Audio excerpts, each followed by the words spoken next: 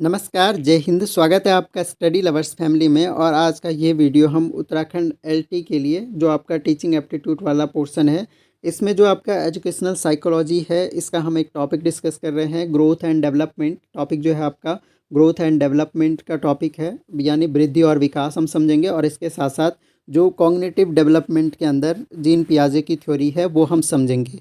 तो ये आपके लिए डेमो क्लास होने वाली है, ये पूरी तरह से डेमो क्लास है आपके लिए।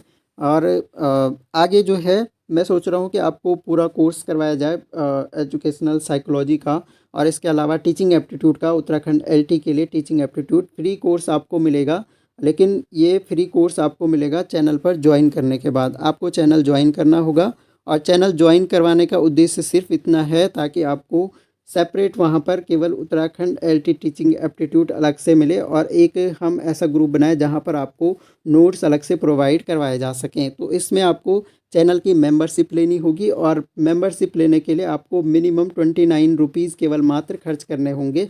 मंथली केवल 29 रुपीज़, और 29 रुपीज़, और मुश्किल से 1 महीने के अंदर ही मैं कोशिश करूँगा कि इसका कोर्स आपको पूरा कवर करा दूँ। तो बाकी आप जो है, ये पैसे कमाने का बिल्कुल भी उद्देश्य नहीं है। एक मेंबरशिप आपको मिलेगी, और आपके लिए नोट्स वगैरह एक अलग बैच एक तरह से बन जाएगा, और वहाँ पर आपको टेलीग्राम पर इसके नोट्स प्रोवाइड करवा दिए जाएंगे। तो इतना सा उद्देश्य है, कोई एक तरह से ऐसा कोर्स बेचना मेरा उद्देश्य पहले से भी नहीं है और अभी भी बिल्कुल नहीं है। एक सिर्फ मेंबरशिप आपके लिए है, और जो कि आप मिनिमम 29 रुपीज़ में ले सकते हैं। बाकी आपको जो भी लगे वो आप देख लीजिएगा। आपके लिए जो है प्रॉपर जो बहुत अच्छा कंटेंट यहाँ पर दिया जाएगा।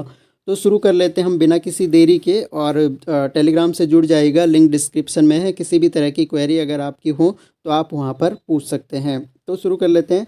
सबसे पहले थोड़ा सा बेसिक्स हम जानेंगे यहाँ से। मनोविज्ञान से शुरू कर रहे हैं। मनोविज्ञान क्या है? तो मनोविज्ञान शब्द जो है आपका, अगर वर्ड की बात की जाए तो इंग्लिश में हम कहते हैं साइकोलॉजी। और साइकोलॉजी का भी जो मीनिंग होता है, तो ये साइके और लोगस। साइके और लोगस दो शब्दों से, लोगस का मतलब आपका स्टडी होता है, अध्ययन होता है, और साइके होता है आपका सोल या फिर आत्मा। तो आत्मा का अध्ययन ही क्या कहलाता है? साइकोलॉजी कहलाता है, या मनोविज्ञान कहलाता है। तो यहाँ पर देख लीजिए कि अगर मनोविज्ञान शब्द का हिंदी में मानस और लोगों से हुई है। मानस का अर्थ आत्मा हो गया, और लोगों का अर्थ ज्ञान या आत्मा का अध्ययन हो गया। ये हम डिस्कस कर ही चुके हैं। तो मनोविज्ञान के संस्थापक दार्शनिक और मनोवैज्ञानिक दोनों थे, और दोनों ने वैज्ञानिक तरीके से दार्शनिक प्रश्नों के उत्तर खोजने का प्रयास किया, जैसे प्रकृति और पालन पोषण में अंतर, स्वतंत्र इच्छा के होने का अस्तित्व आदि। तो ये इसके एक तरह से क्षेत्र हो गए। संक्षेप में मनोविज्ञान व्यवहार और मानसिक प्रक्रियाओं का विज्ञान है। तो मनोविज्ञान क्या है? मेनली क्या है? व्यवहार का विज्ञान है, और इसके अलावा मानसिक जो प्रक्रियाएं हमारी, कॉग्निटिव जो प्रोसेस हैं, उनका विज्ञान है। तो ये हो गया मनोविज्ञान। शैक्षणिक मनोविज्ञान अगर पूछा जाए तो शैक्षणिक मनोविज्ञान सिंपल सा है कि शिक्षा के क्षेत्र में व्यवहार का अध्ययन बोल सकते हैं, या मानसिक क्रियाओं का अध्ययन बोल सकते हैं। वही आपका शैक्षणिक मनोविज्ञान है।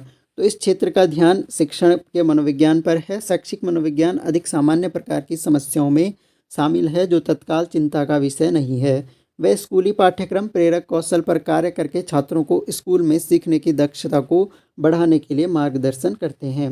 मनोविज्ञान में विचार, मुख्य विद्यालय, मुख्य दृष्टिकोण, जिन्हें अनुशासन के रूप में योगदान दिया। यानी मनोविज्ञान के जो अलग अलग क्षेत्र हैं वो हम थोड़ा सा यहाँ पर डिस्कस करेंगे। इनसे कई बार क्वेश्चन पूछ लिया जाता है, जैसे संरचनावाद के समर्थक कौन है, तो ये पूछ लिया जाता है। तो मनोविज्ञान के अलग अलग रूप हैं ये। संरचनावाद, मुख्य ध्यान जो है मानव मन की आधारभूत संरचनाओं का विश्लेषण करने पर है। इस दृष्टिकोण को संरचनावाद, यानी संरचनावाद क्या करता है? मानव मन का अध्ययन करता है। और विलियम वुंट और एडवर्ड टिचनर जो हैं इसके प्रमुख समर्थक हैं। विलियम वुंट का ही छात्र था आपका एडवर्ड टिचनर। और विलियम वुंट को एक तरह से, विलियम वुंट का अगर मेन योगदान देखा जाए तो इन्हें मनोविज्ञान की पहली प्रयोगशाला स्थापित करने का श्रेय प्राप्त है विलियम वुंट को। तो ये भी आपको ध्यान रखना है, पहली प्रयोगशाला विलियम वुंट। इसके अलावा कार्यात्मकता की अगर बात की जाए तो कार्यात्मक जो दृष्टिकोण है यह डार्विन के प्राकृतिक चयन के सिद्धांत से काफ़ी प्रभावित था। कार्यात्मकतावादियों का मानना था कि सिद्धांत को मनोवैज्ञानिक विशेषताओं पर लागू किया जा सकता है, और अध्ययन का केंद्र बिंदु मन और व्यवहार के कार्यों को माना गया है। इसके जो समर्थक हैं विलियम जेम्स हैं, और विलियम जेम्स को आधुनिक मनोविज्ञान का जनक भी माना जाता है, ये भी आप ध्यान रखिएगा। और जॉन डीवी हैं, जॉन डीवी को आपका प्रयोगवाद का जनक माना जाता है, यानी जो प्रयोजनवाद है, प्रैग्मैटिज्म है, इसके फाउंडर माने जाते हैं जॉन डीवी, ये आपको ध्यान रखना है। और जॉन डीवी के शिष्य थे आपके विलियम किलपैट्रिक, जो कि परियोजना विधि जो है किलपैट्रिक के द्वारा दी गई थी, जो शिक्षण की एक विधि है। तो किलपैट्रिक का नाम भी आपको ध्यान रखना है। इसके अलावा गेस्टाल्ट जो मनोविज्ञान है, ये सूझबूझ पर आधारित था। इन्होंने संवेदी अनुभव की संपूर्ण धारणा पर बल दिया है, संवेदनाओं और संबंधों को समग्र रूप से संगठन से जोड़ा है। तो इसके जो समर्थक है मैक्स वर्थहाइमर और कर्ट कोपका जो हैं इसके प्रमुख समर्थक हैं। तो ये आपको ध्यान रखने हैं, मुख्य जो संप्रदाय हुए हैं मनोविज्ञान के, इनके प्रमुख समर्थक आगे। इसके अलावा व्यवहारवाद की अगर बात की जाए तो व्यवहारवादी जो हैं, प्रमुख व्यवहारवादी आपके वाटसन हो गए। और इसमें इसका जो विषय क्षेत्र है, ये कहते हैं कि मन की उपेक्षा की है इन्होंने, और इस बात पर बल दिया कि मनोविज्ञान को गुप्त प्रक्रियाओं की उपेक्षा करते हुए केवल व्यवहार के अवलोकनीय रूपों का अध्ययन करना चाहिए, यानी मनोविज्ञान को केवल व्यवहार का ही अध्ययन करना चाहिए, ऐसे व्यवहारवादी मानते हैं। और इसके सबसे फेमस तो हो गए जेबी वाटसन इसके जनक हैं, व्यवहारवाद के जनक वाटसन को माना जाता है। और बरहुस फ्रेडरिक स्किनर भी इसके समर्थक हैं। तो वाटसन को व्यवहारवाद का जनक माना जाता है, और आधुनिक रूप में मनोविज्ञान जो है वो व्यवहार का ही अध्ययन माना जाता है। इसके अलावा मनोविश्लेषणवाद, जो कि सिगमंड फ्राइड इसके बहुत बड़े समर्थक भी हैं, प्रतिपादक भी फ्राइड हैं। और फ्राइड ने प्रस्तावित किया था कि अचेतन प्रेरणा तंत्रिका संबंधी विकारों में एक महत्वपूर्ण भूमिका निभाती है, और व्यक्तित्व विकास में बचपन के शुरुआती अनुभवों के महत्व पर बल देती है। तो ये एक तरह से मनोविश्लेषणवाद जो है, ये हमारे चैनल पर एक वीडियो ऑलरेडी अपलोडेड है, सिगमंड फ्राइड की पूरी थ्योरी हमने डिस्कस की है। और इसके अलावा दोबारा मैं इस पर एक वीडियो लेकर आऊँगा, आपका अच्छे से रिवीजन भी हो जाएगा। इसके अलावा मानवतावादी जो परिप्रेक्ष्य है, इसमें ये कहा गया है कि मनोविज्ञान में इसे तीसरी शक्ति के रूप में भी जाना जाता है, जो लोगों को अपने जीवन को निर्देशित करने की क्षमता पर केंद्रित है। ये मानवतावादी परिप्रेक्ष्य हो गया। अब्राहम मैस्लो का जो है आवश्यकता सिद्धांत बहुत फेमस है। आवश्यकता सिद्धांत, यहाँ से क्वेश्चन भी बनता है, तो ये मैस्लो का आवश्यकता सिद्धांत भी हम आगे पढ़ेंगे। और इसके अलावा कार्ल रोजर्स का नाम ध्यान रखना है, ये भी मानवतावादी मनोवैज्ञानिक हुए हैं। संज्ञानात्मक परिप्रेक्ष्य की अगर बात की जाए तो संज्ञानात्मक कॉग्निटिव डेवलपमेंट में जीन पियाजे का नाम फेमस है, एबिंगहॉस का नाम फेमस है। तो ये 1960 के दशक में डेवलप होता है, और इस परिप्रेक्ष्य को प्रमुखता मिली, और स्मृति, बुद्धि, भाषा, समस्या समाधान और निर्णय लेने पर ध्यान केंद्रित, ये मेनली जो कहा जाए तो कॉग्निटिव यानी मानसिक प्रक्रियाओं पर आधारित ये विज्ञान है। और हर्मन एबिंगहॉस हो गए और जीन पियाजे इसके प्रमुख समर्थक हो गए। इसके अलावा सामाजिक सांस्कृतिक परिप्रेक्ष्य की अगर बात की जाए तो इसका मुख्य ध्यान सांस्कृतिक कारकों पर है, जो व्यवहार को प्रभावित करते हैं, यानी हमारे जो सांस्कृतिक कारक हैं वो हमारे व्यवहार में महत्वपूर्ण भूमिका निभाते हैं। फेस्टिंगर जो है, लियोन फेस्टिंगर इसके प्रतिपादक हैं। इसके अलावा जैविक यानी बायोलॉजिकल जो मनोविज्ञान है, ये व्यवहार आनुवांशिक प्रभाव, यानी जो व्यवहार होता है हमारा वो आनुवांशिक प्रभावों से नियंत्रित होता है, हार्मोन नियंत्रित करते हैं, और तंत्रिका तंत्र यानी न्यूरॉन्स का परिणाम होता है। और इसके समर्थक जो हैं चार्ल्स डार्विन हो गए, ई विल्सन हो गए, और जे.एम. हार्लो हो गए। तो ये इनका नाम भी आपको ध्यान रखना है। इसके अलावा विकासवादी मनोविज्ञान की, तो व्यवहार के विकासवादी मूल से संबंधित है, यानी ये विकासवाद को ही व्यवहार का मूल मानते हैं। डेविड एम बस और डी सिंह इसके प्रमुख समर्थक हो गए। अब हम बात करते हैं अपना मेन जो टॉपिक है, ये हमने संप्रदाय देखे, इनके कौन ये प्रवर्तक हैं वो हमने देखे। यहाँ से क्वेश्चन 1 नंबर का आ जाता है।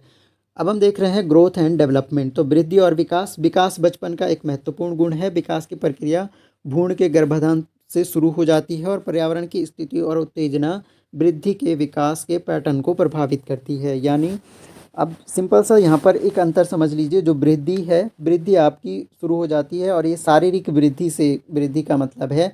और वृद्धि आपकी यह माना जाता है कि 0 से लगभग 18 से 20 वर्ष की उम्र तक ये कंप्लीट हो जाती है, यहाँ पर मैच्योरिटी आ जाती है। इसके बाद आपके शारीरिक अंगों में वृद्धि होना जो है लगभग बंद हो जाता है। तो वृद्धि केवल जो है 0 से और लगभग 20 वर्ष की उम्र तक चलती है। इसको अभिवृद्धि टर्म से भी परिभाषित किया गया है। तो अभिवृद्धि जो है वो आपका शारीरिक वृद्धि से मतलब है। और विकास जो है, विकास केवल मात्रात्मक नहीं है बल्कि गुणात्मक भी होता है। यानी जो जैसे हमारा भाषा विकास हो गया, तो वो जीवन से जन्म से लेकर मृत्यु पर्यंत तक चलता रहता है। तो गर्भाधान से विकास की प्रक्रिया शुरू हो जाती है और मृत्यु पर्यंत तक चलती रहती है। तो वृद्धि और विकास में अंतर थोड़ा सा आपको यहाँ से ध्यान रखना है। परिभाषा की अगर बात की जाए विकास की, तो विकास कोशिकाओं के गुणन अंतर कोशिकीय पदार्थ में वृद्धि के कारण शरीर के अंगों के आकार में वृद्धि को संदर्भित करता है।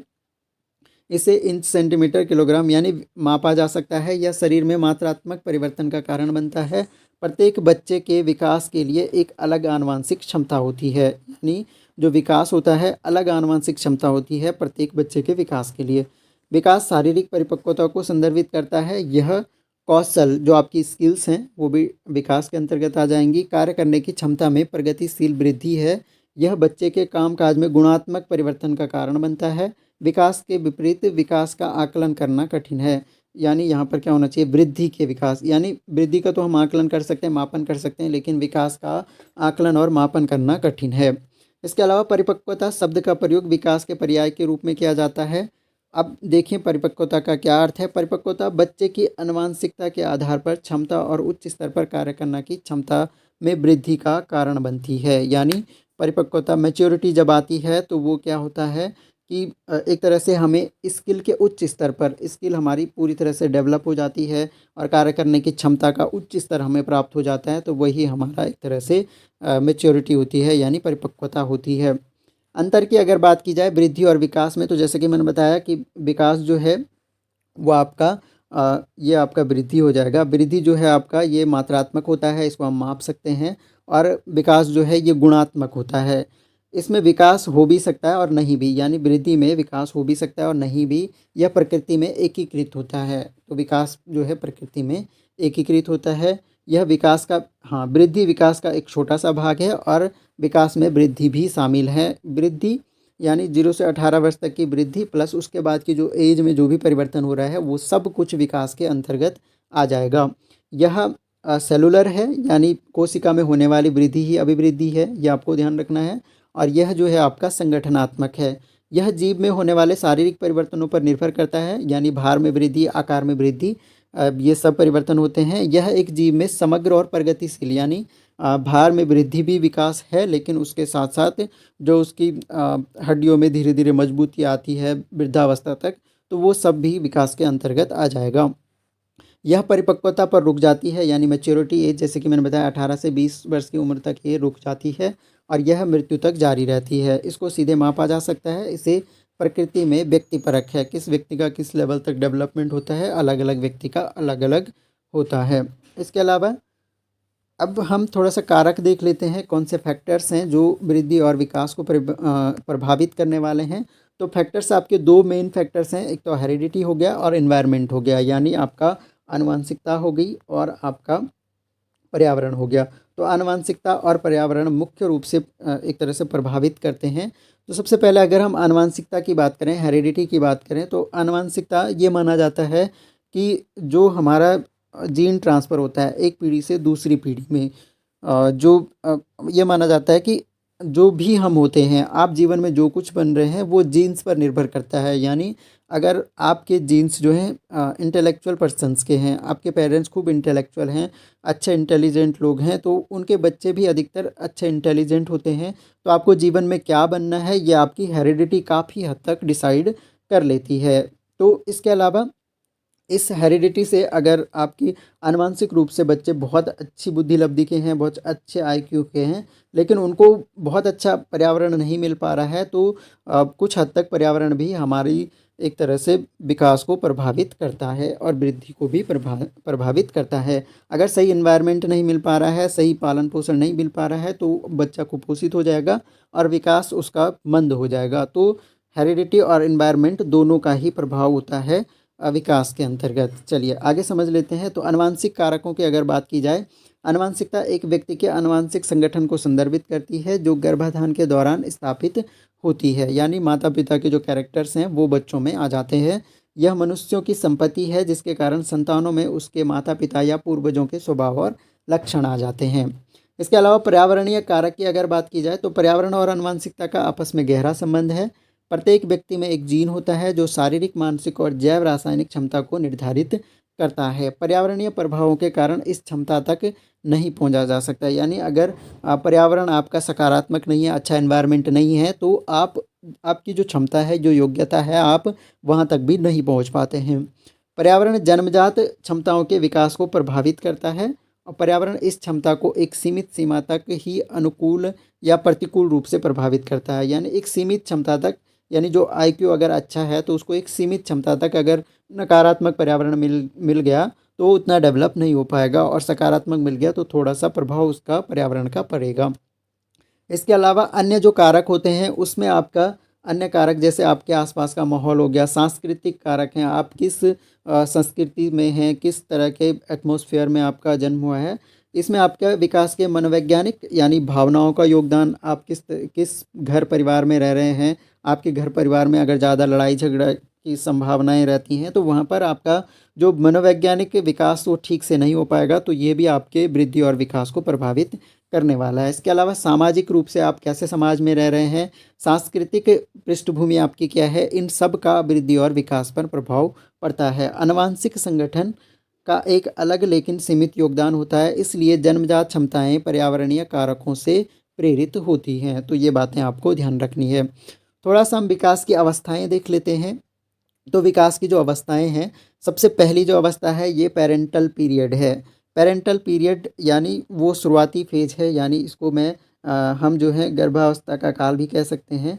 तो इसके अंतर्गत क्या होता है, आपका गर्भावस्था काल के अंतर्गत इसमें आपका जो है मेनली जब बच्चा जो है when the child child is in mother's womb, जब चाइल्ड जो है माँ के पेट में रहता है तो उस दौरान जो भी वृद्धि विकास हो रहा है वो आपका पेरेंटल पीरियड कहलाएगा। इसके अलावा आपका इन्फेंसी आ जाता है। इन्फेंसी आपका यानी शैशवावस्था हम हिंदी में कहते हैं, शैशवावस्था। शैशवावस्था का कार्यकाल जो है वो आपका 0 से 3 ईयर 3 साल तक की उम्र को शैशवावस्था माना गया है। और इसमें क्या होता है, ग्रोथ इन साइज होना चाहिए ये, यानी साइज में वृद्धि होती है। इसके अलावा मोटर स्किल डेवलपमेंट यानी चलने फिरने जो स्किल है उसमें डेवलपमेंट होने लगता है। और जो जो मोटर स्किल है वो सिंपल टू कॉम्प्लेक्स यानी सरल से जटिल की ओर जो है वृद्धि होती है आपकी मोटर स्किल्स में, तो ये भी आपको ध्यान रखना है। इसके अलावा प्री स्कूल को आप जो है पूर्व बाल्यावस्था भी बोल सकते हैं, पूर्व बाल्यावस्था। तो पूर्व बाल्यावस्था का जो कार्यकाल है आपका वो आपका रहता है 3 to 6 ईयर। ये आपका पूर्व बाल्यावस्था का कार्यकाल है। इसके दौरान क्या होता है, आई हैंड एंड मसल कोऑर्डिनेशन, यानी आपके आँख हाथ और जो आपकी मसल्स हैं उनमें आपसी कोऑर्डिनेशन हो जाता है कि आप आँख से जो देख रहे हैं हाथों से वो कर रहे हैं, तो इसके बीच में अच्छा कोऑर्डिनेशन हो जाता है। और चाइल्ड बिकम इंडिपेंडेंट, चाइल्ड जो आपका शिशु जो होता है आपका वो स्वतंत्र एक तरह से इंडिपेंडेंट यानी आत्मनिर्भर बनने लग जाता है, अपने कुछ काम वो स्वयं करने लग जाता है। जैसे खुद से खाना खाने लग जाएगा, खुद से बात करने लग जाएगा, पूछने लग जाएगा, अपने कपड़े खुद पहनने लग जाएगा। तो child become independent in pre school period या पूर्व बाल्यावस्था के दौरान कुछ हद तक चाइल्ड जो है आपका इंडिपेंडेंट होने लग जाता है। इसके अलावा स्कूल पीरियड यानी इसको हम बाल्यावस्था या उत्तर बाल्यावस्था बोल सकते हैं। तो ये आपकी 6 to 12 ईयर्स की एज में होता है। और चिल्ड्रन बिकम मोर इंडिपेंडेंट, इस दौरान क्या होता है, बच्चा आपका और ज़्यादा इंडिपेंडेंट बन जाता है और ज़्यादा अपने कार्य वो स्वयं करने लग जाता है। इसके अलावा अगला जो काल है वो आपका एडोलसेंस है। एडोलसेंस यानी आपका अ, क्या बोलेंगे, किशोर अवस्था, हिंदी के अंदर आप बोलेंगे किशोर अवस्था। और किशोर अवस्था का जो कार्यकाल होता है वो आपका जनरली 12 से 20 और कुछ मनोवैज्ञानिक इसको 12 से 18 भी मानते हैं, तो ये भी आपको ध्यान रखना होगा।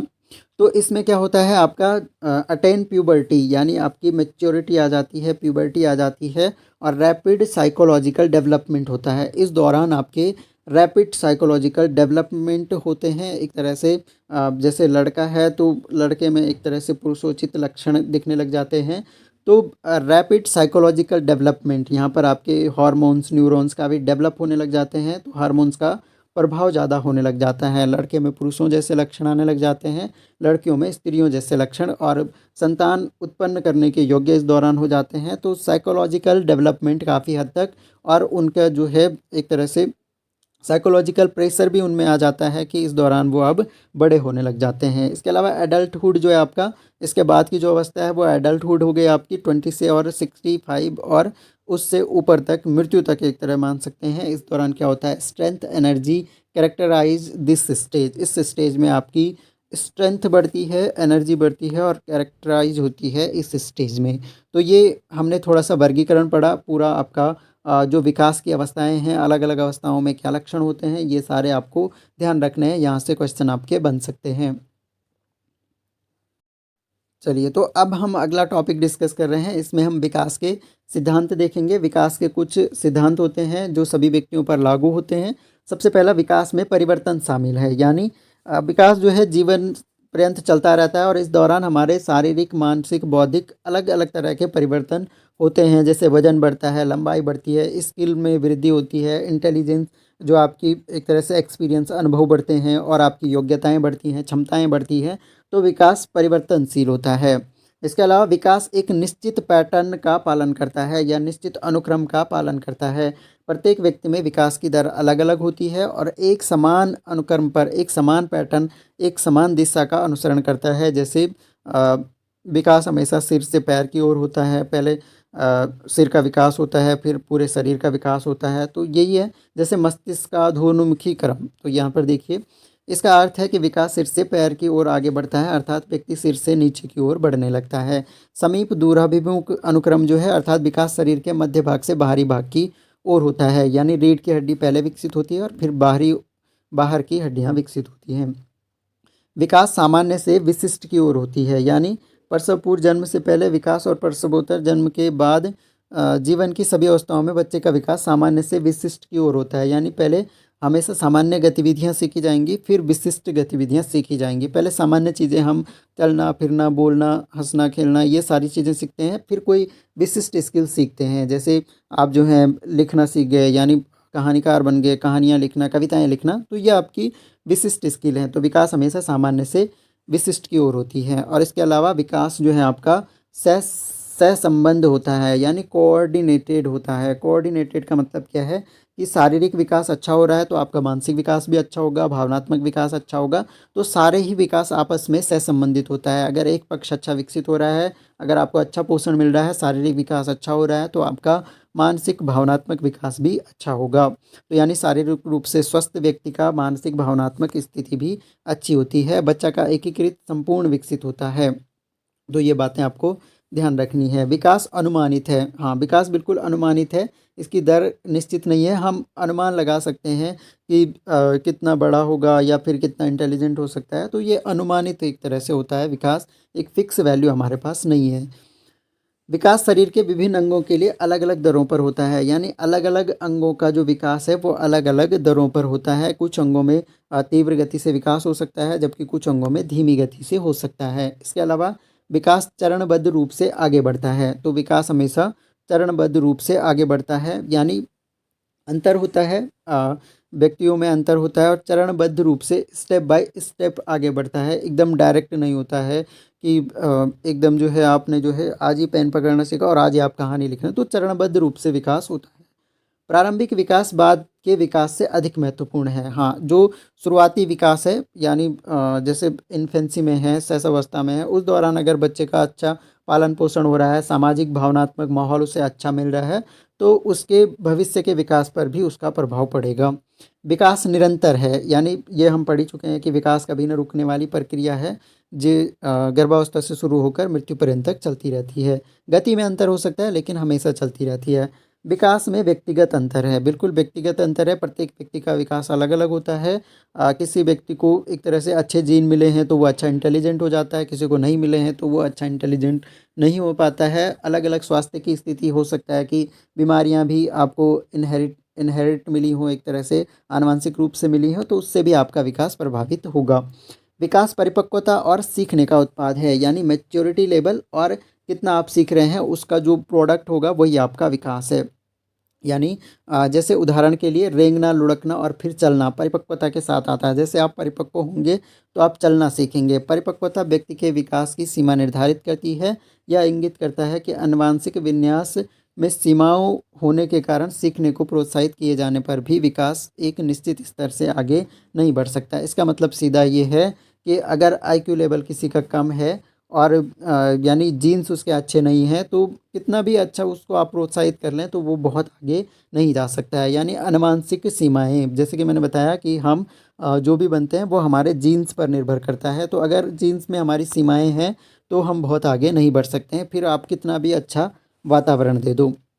चलिए, विकास के प्रकार हम देख लेते हैं फटाफट से। तो विकास के अलग अलग प्रकार हैं। फिजिकल यानी शारीरिक विकास, फिजिकल यानी शारीरिक विकास, शरीर के आकार में लंबाई वृद्धि, भार में वृद्धि, ये सब शारीरिक विकास के अंतर्गत आ जाएगा।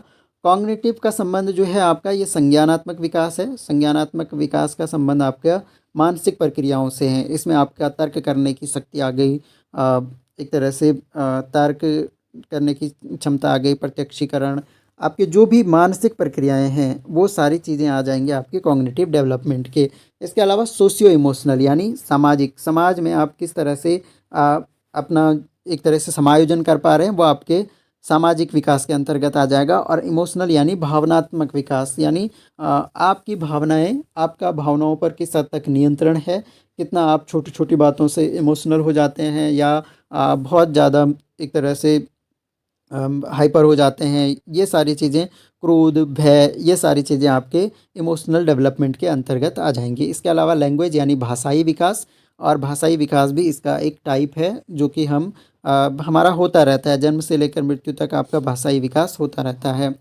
तो ये विकास के कुछ टाइप हैं, ये हमने देखे।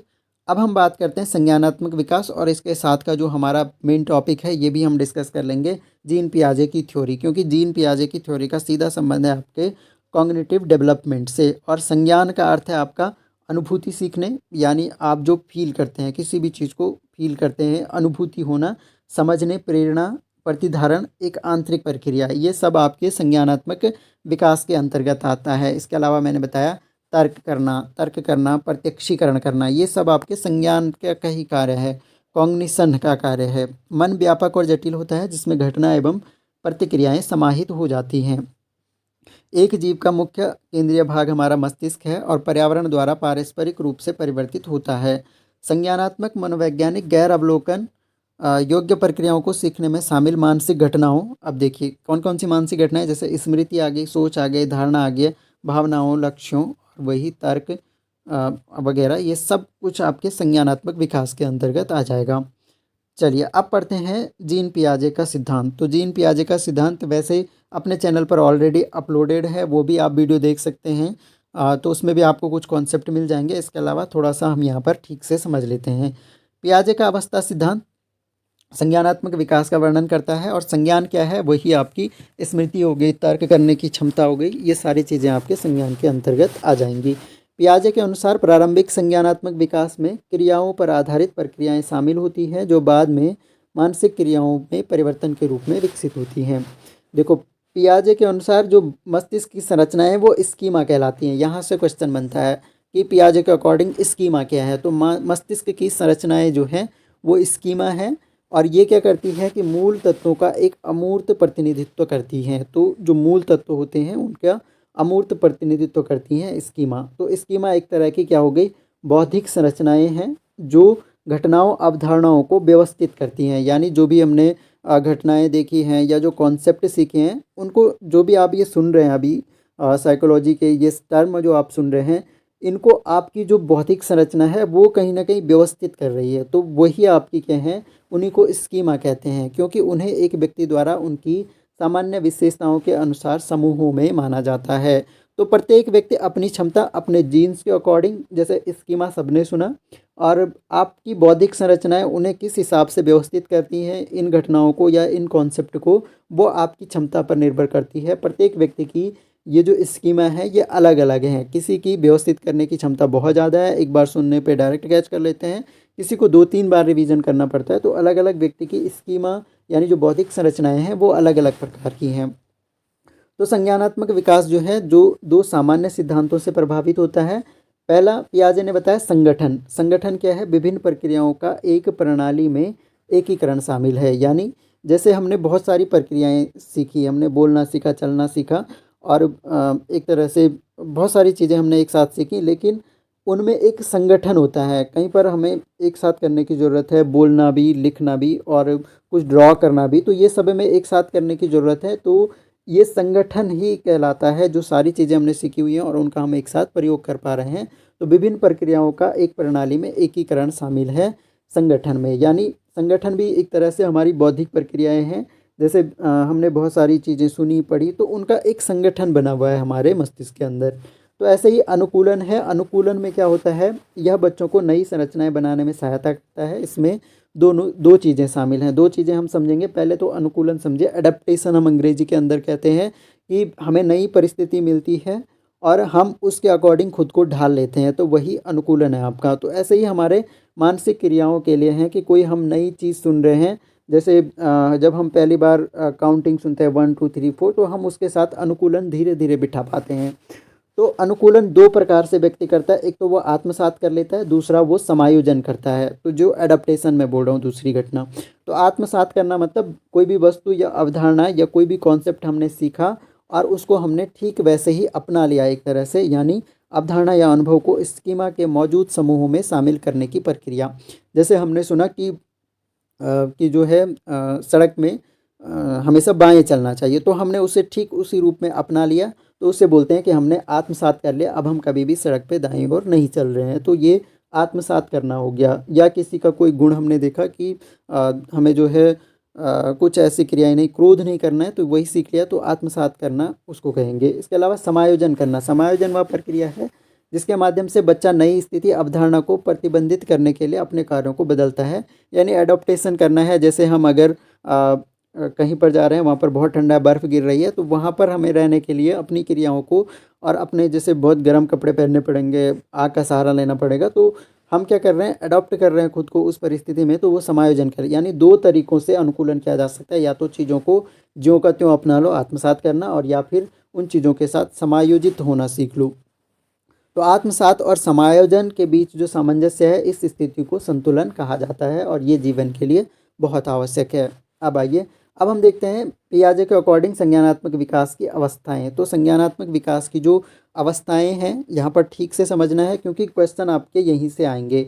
एक या दो क्वेश्चन जो भी बनेंगे वो आपके यहीं से बनते हैं, चाहे वो आपका सीटेट वगैरह का एग्ज़ाम है, टीचिंग, कहीं पर भी इससे क्वेश्चन ज़रूर बनता है। तो सबसे पहली जो अवस्था है वो है संवेदी पेशी अवस्था। तो संवेदी पेशी अवस्था यानी यह आपका 0 से और 2 वर्ष तक की अवस्था है। 2 वर्ष तक की अवस्था है ये, यानी 24 माह तक की। तो इनको अलग अलग स्टेज में 0 से 1 महीने में जो बच्चा रहता है, तो वो क्या करता है, एक तरह से आपका प्रतिवर्त इस दौरान गतिविधियां क्या होती हैं, तो आत्मान्वेषण करता है एक तरह से। और 1 से 4 महीने के अंतर्गत वह थोड़ा सा समन्वय करने लग जाता है चीज़ों में, बातों में। एक तरह से किसकी आवाज़ आ रही है, तो आवाज़ों के साथ वो थोड़ा बहुत समन्वय करने लग जाता है, कोऑर्डिनेट करने लग जाता है। 4 से 8 महीने की जो उम्र होती है, तो वो पहुँच बनाने लगता है, यानी बिल्कुल पहचानने लगता है आवाज़ को, जैसे माँ को पहचानने लगता है, और एक तरह से पहुँच पहुँच बनाना इसे कहते हैं। 8 से 12 महीने के दौरान वो लक्ष्य निर्देशित व्यवहार करने लग जाता है। लक्ष्य निर्देशित व्यवहार का मतलब, अब उसे जैसे भूख लगती है, तो वो इस तरह से रो लेगा कि जब तक उसे लक्ष्य की प्राप्ति नहीं, यानी उसे जब तक भोजन नहीं मिला तब तक वो रोता ही रहेगा। तो इसे कहते हैं लक्ष्य निर्देशित व्यवहार। 12 से 18 महीने का जब होता है, तो वो प्रयोग करने लग जाता है। जैसे वो अगर किसी को चलते हुए देख रहा है, कुछ करते हुए देख, तो उसी की तरह वो करने की कोशिश करने लग जाएगा। इसके अलावा आपका 18 से 24 माह का जब बच्चा होता है, तो उसका मानसिक संयोजन और वो समस्या समाधान करने लग जाता है, यानी अगर उसके सामने कोई समस्या आ रही है, तो उसका समाधान करने की कोशिश करने लग जाता है। तो ये था 0 से 2 वर्ष तक की संवेदी पेशी अवस्था, हम इसे कहते हैं, और पियाजे के अकॉर्डिंग। दूसरी अवस्था जो है, यह आपकी मूर्त संक्रियात्मक अवस्था है। तो मूर्त संक्रियात्मक, या इसको पूर्व अवधारणात्मक अवस्था भी कहते हैं। तो जो आपकी मूर्त संक्रियात्मक अवधि है, इसमें 2 से 7 साल होती है, और जो जो ये पूरी एज जो है, ये 2 से 7 साल है। इसमें पूर्व अवधारणात्मक 2 से 4 साल, यानी और उसके बाद ये कुल मिलाकर पूर्व संक्रियात्मक अवधि है ये। तो इसके दौरान क्या होता है, प्रतीकात्मक अवस्था कार्य का उद्भव, यानी इसको प्रतीकात्मक अवस्था कहते हैं। प्रतीकों को समझने लग जाता है वो, आपका जैसे काउंटिंग वगैरह है वो गिनती करने लग जाता है। सिंक्रेटिक और सकर्मक, तर्क और जीववाद। जीववाद का मतलब ये होता है कि वो अगर किसी भी चीज़ को देख रहा है, जैसे अगर वो पंखे को घूमते हुए देखता है, तो उसे ये लगता है कि एक तरह से पंखा जीवित प्राणी है। तो किसी भी चीज़ को जैसे हरकतें करने, उससे लगता है कि ये जो है सोच समझ कर रहा है। इस घटना को जीववाद कहा जाता है। तो ये सारी चीज़ें आपको थोड़ी सी ध्यान रखनी है। प्रतीकात्मक अवस्था है, यानी प्रतीकों पर कार्य करने लग जाता है, प्रतीकों को समझने लग जाता है, जैसे 1 2 3 4 हो गया, ABCD हो गया, तो इनको धीरे धीरे वो समझने लग जाता है और कार्यों का उद्भव होने लग जाता है इस दौरान। तो ये आपको थोड़ा सा ध्यान रखना है। सकर्मक होता है, सिंक्रेटिक और सकर्मक। सकर्मक का मतलब ये है कि वो काम करने लग जाता है एक तरह से। इसके अलावा सहज अवस्था, ये इसी में अवस्था है, 4 से 7 यानी 2 भागों में ये है, पूर्व अवधारणात्मक और उसके बाद सहज अवस्था। सहज अवस्था जो 4 से 7 साल की है, एक समय में एक पहलू पर केंद्रित होना और आत्म केंद्रवाद। एक समय पर एक ही पहलू पर केंद्रित होना, कोई चीज़ अगर उसने पकड़ ली तो उसी पर केंद्रित रहेगा बच्चा। तो जब तक उसे उसकी संतुष्टि नहीं मिलती है, जैसे अगर वो कोई क्वेश्चन पूछ रहा है तो वो क्यों क्यों करता जाएगा कि ऐसा क्यों होता है, काम कर रहे हैं तो क्यों कर रहे हैं, ऐसे करने से क्यों होता है, क्या होता है, तो ये क्या क्यों ज़्यादा होता है इस दौरान। और आत्म केंद्रवाद, आत्म केंद्रवाद का मतलब ये है कि बच्चे को लगता है कि दुनिया में जो भी चीज़ें हैं वो उसके लिए हैं, जो भी चीज़ें हैं उसकी संतुष्टि के लिए हैं। अगर आसपास कोई व्यक्ति है तो वो उसके लिए है, वो उसको ध्यान दे, उसके लिए सारे काम करे, उसे खाना दे पीना दे।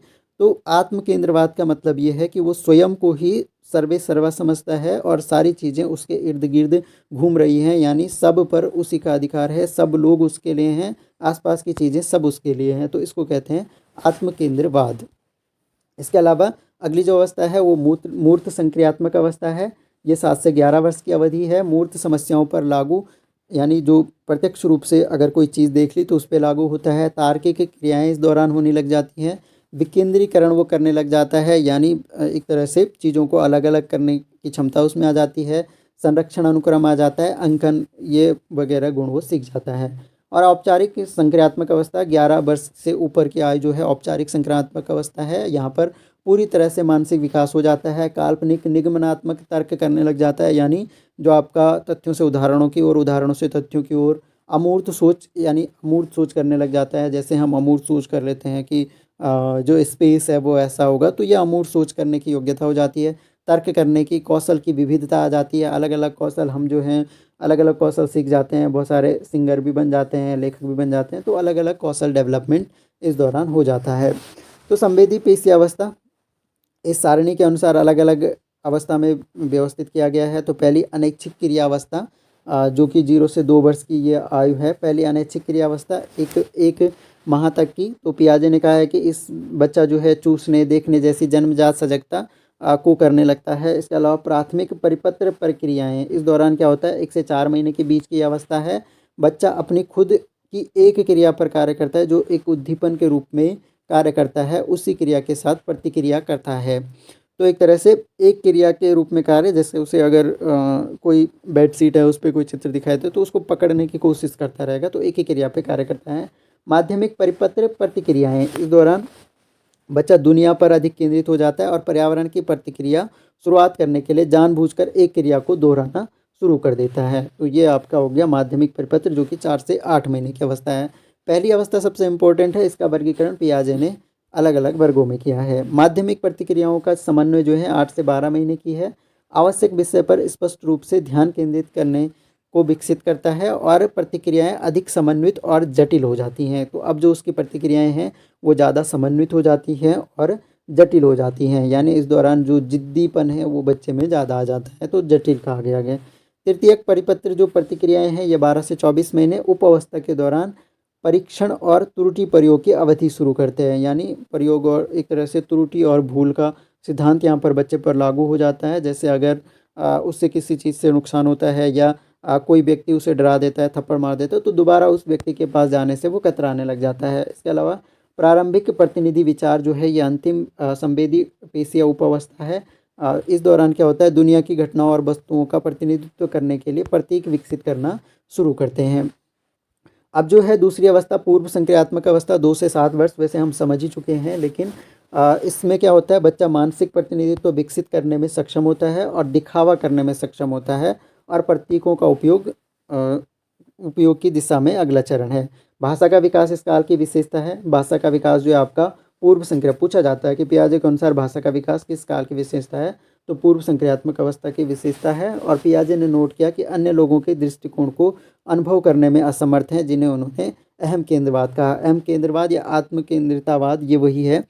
अहम केंद्रवाद यानी अन्य लोगों का दृष्टिकोण से उससे फ़र्क नहीं पड़ता है, उसकी नज़र में जो सही है वही सही है, बाकी लोग क्या सोचते हैं उसे उससे फ़र्क नहीं पड़ता है। अहम केंद्रवाद तब होता है जब बच्चे दूसरे व्यक्ति के दृष्टिकोण को अनुभव करने में कठिनाई अनुभव करते हैं। अब जो है मूर्त संक्रियात्मक अवस्था, मूर्त संक्रियात्मक अवस्था में क्या होता है कि इस दौरान जो है बच्चे मानसिक कार्यों को बेहतर प्राप्त करने समझने लग जाते हैं, तार्किक रूप से सोचना शुरू कर देते हैं और काल्पनिक अवधारणाओं को समझने में उनको यहाँ पर भी कठिनाई होती है। काल्पनिक जो है अंतिम अवस्था में है, 12 वर्ष के बाद की अवस्था में। तो तर्क, इस अवस्था में बच्चे आगमनात्मक तर्क का प्रयोग में काफ़ी अच्छे थे। आगमनात्मक तर्क में विशिष्ट अनुभव से सामान्य सिद्धांत की ओर बढ़ना शामिल है। अब देखिए इसमें संरक्षण, संरक्षण क्या है? यह इस विचार को प्रदर्शित करता है कि उपस्थिति में परिवर्तन के बावजूद मात्रा समान रहती है। यानी देखिए उदाहरण से समझिए, यदि आप एक बच्चे को एक पंक्ति में 4 कंचे दिखाते हैं तो उन्हें फैला दें। पूर्व संक्रियात्मक बच्चा फैलाव पर ध्यान केंद्रित करेगा और यह मानने लगेगा कि अब पहले की तुलना में अधिक कंचे हैं। मूर्त संक्रियात्मक बच्चा यह जानने में सक्षम होगा कि अभी भी 4 कंचे हैं। तो यानी जो पूर्व संक्रियात्मक अवस्था है, मूर्त संक्रियात्मक से पहले की अवस्था, इस दौरान अगर मान लो कि हमारे पास 20 बच्चों की लाइन है और हमने उन्हें फैला दिया तो उसे लगेगा कि बच्चे बहुत ज़्यादा हो गए हैं, तो ये कहलाता है आपका संरक्षण। अगला जो है पियाजे के अकॉर्डिंग ये हैं, बाकी संरक्षण का अर्थ वो नहीं होता है ना। प्रतिवर्तिता, प्रतिवर्तिता 7 से 8 वर्ष की आयु तक बच्चों में पदार्थ का संरक्षण विकसित हो जाता है। यदि मिट्टी का एक गोला लिया जाए और उसे एक लंबी पतली छड़ में लपेटा जाए या टुकड़ों में भी विभाजित कर दिया जाए तो बच्चा यह जानने में सक्षम हो जाएगा इसमें समान मात्रा में चिकनी मिट्टी का पदार्थ है। और अगर आप उसे एक ही गेंद में वापस घुमाते हैं तो वह ऐसा दिखेगा जैसा कि यह था। एक गुण जिसे प्रतिवर्तिता के रूप में जाना जाता है। इसके अलावा एक अवस्था के दौरान एक बच्चा क्रमांकन और वर्गीकरण भी सीखता है। इसका मतलब ये है कि मान लो आपने मिट्टी का गोला लिया, उसे अलग अलग टुकड़ों में बांटा, तो बच्चा ये समझ आएगा कि इन टुकड़ों को वापस इकट्ठा करके वही गोला बनाया जा सकता है। तो इतनी समझ बच्चे में विकसित हो जाती है। क्रमांकन यानी क्रम लगाना सीख जाता है कि अगर मैं उन्हें कहूँ कि आप जो है छोटे से बड़े में खड़े हो जाए तो वो क्रमांकन सीख जाते हैं। और वर्गीकरण करने भी लग जाते हैं, जैसे मैं बोलूँ कि प्लास्टिक की चीज़ें अलग रख दो, लोहे की चीज़ें अलग रख दो, तो ये वर्गीकरण करना भी वो प्रतिवर्तिता के दौरान यानी आपके पूर्व संक्रियात्मक अवस्था के दौरान सीख जाता है। अब जो आपका आ गया औपचारिक संक्रियात्मक अवस्था, 12 वर्ष या उससे अधिक की अवस्था है औपचारिक संक्रियात्मक अवस्था। और इस दौरान क्या हो जाता है, वयस्कता आ जाती है और एक तरह से तर्क करने की क्षमता अधिक विकसित हो जाती है। इस अवस्था के दौरान बच्चा अमूर्त अवधारणाओं को भी सीखने लग जाता है। अमूर्त अवधारणाओं का मतलब ये है कि अमूर्त रूप से, जैसे मैं कहूँ कि ताजमहल का स्ट्रक्चर ऐसा है या मैं चित्र दिखा दूँ तो वो उसको समझने लग जाता है कि ताजमहल का चित्र है, बाकी ताजमहल की वो वास्तविक छवि अपने मस्तिष्क में क्रिएट कर सकता है। तो सोचने, निगमनात्मक तर्क करने, व्यवस्थित योजना या उपयोग करने की क्षमता इस दौरान विकसित हो जाती है। तो ये हमने पूर्व संक्रियात्मक अवस्था, मूर्त संक्रियात्मक अवस्था, ये सारी अवस्थाएं हमने समझी पियाजे के अकॉर्डिंग। तो आशा करता हूँ आप लोगों को पसंद आया होगा। तो जैसे कि मैंने कहा, ये आपके लिए डेमो क्लास है, अच्छा लगता है तो आप चैनल को ज्वाइन कर लीजिए, मेंबर बन जाना यहाँ पर। और निःशुल्क ही है आप लोगों के लिए, बस वो थोड़ा सा ये है कि आपको नोट्स वगैरह प्रोवाइड अलग से किए जा सकें, क्योंकि ओपन में जो है अधिकतर ऐसे लोग भी जुड़ जाते हैं जिनको ज़्यादा पढ़ने से मतलब नहीं है। तो सेपरेट जो सीरियस लोग होंगे वही जुड़ेंगे यहाँ पर, और उनको अलग एक बैच बन जाएगा, 20-30 लोगों का भी बनेगा, तो मैं उन्हें नोट्स अलग से प्रोवाइड कर दूंगा। कोई आपकी क्वेरी होंगी, डाउट होंगे, तो उसके लिए आपका एक प्रॉपर बैच बन जाएगा। तो आई होप आपको पसंद आया होगा। अपने सभी दोस्तों को शेयर कीजिए, जो भी एलटी के लिए सीरियस एस्पिरेंट हैं उन तक वीडियो को पहुँचाइए। बाकी मिलते हैं नेक्स्ट वीडियो में, तब तक के लिए जय हिंद।